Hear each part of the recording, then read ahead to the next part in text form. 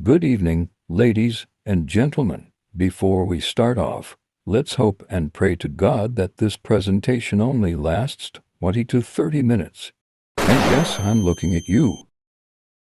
Imagine being 15 years old. You're still in school, still learning right from wrong, and one mistake, just one, puts you into the justice system. Not an adult court, not a place where you fully understand what's happening, but a system that can decide your future without giving you a voice. Scene 1, Court Before Rights. Your Honor, this juvenile is accused of making an inappropriate phone call. A complaint was made by a neighbor. You've been brought before this court based on a complaint. Your Honor, it was just a prank. I didn't mean no harm by it. Well, you were reported, and that is sufficient. Don't I get a lawyer or something? This is juvenile court. We do things differently here. I don't even know what I'm being charged with. Well, you're being committed to a juvenile detention facility for up to 6 years. 6 years? Yes. 6 whole years. Now, what you just saw might seem exaggerated, but situations like this were very real. This is based on the case of Gerald Galt. Scene 2, What Happened? In 1964, Gerald Galt was taken into custody in Arizona for allegedly making a prank phone call. You're coming with us. Wait, where are we going? Can't I call my parents first? They'll be notified. For now, just come along. Do they even know where I am?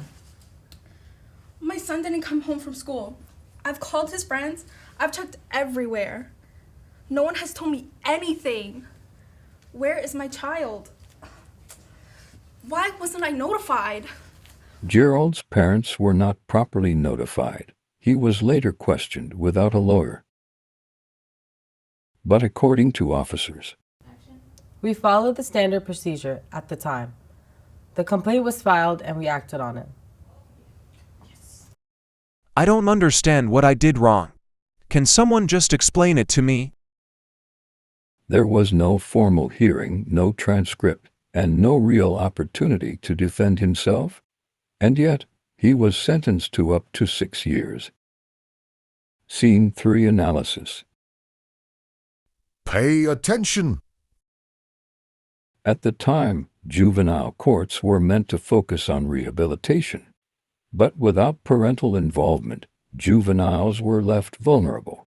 And without legal protections, the system could lead to unfair outcomes. This is where the idea of due process becomes important. Due process is the legal requirement that the government must respect all legal rights owed to a person according to established rules.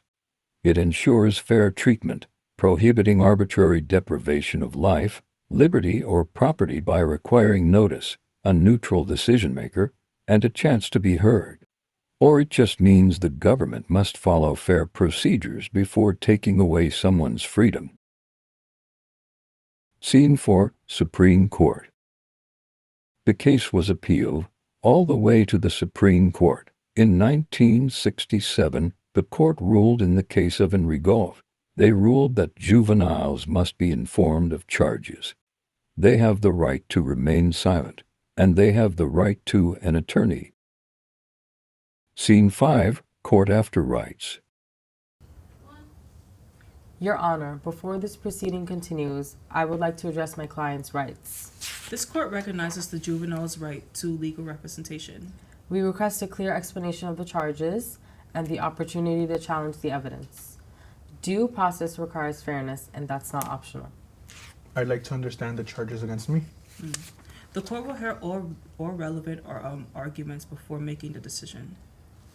Okay, this is going way better than last time. This case will be handled in accordance with constitutional protections. Let's see. Scene 7 Modern Connection. Hey you, you're coming with us. Wait, where are we going? Can't I call my parents first? No, they'll be notified. For now, just come along. You have the right to remain silent. Anything you can say will be used against you in a court of law. You have the right to an attorney. If you cannot afford an attorney, one will be provided for you. See, that's what I was asking for earlier. Let's go. Final message. I couldn't find a better picture. Our main takeaway is simple. They may make mistakes. But they're still individuals with rights. The Constitution doesn't disappear just because of age.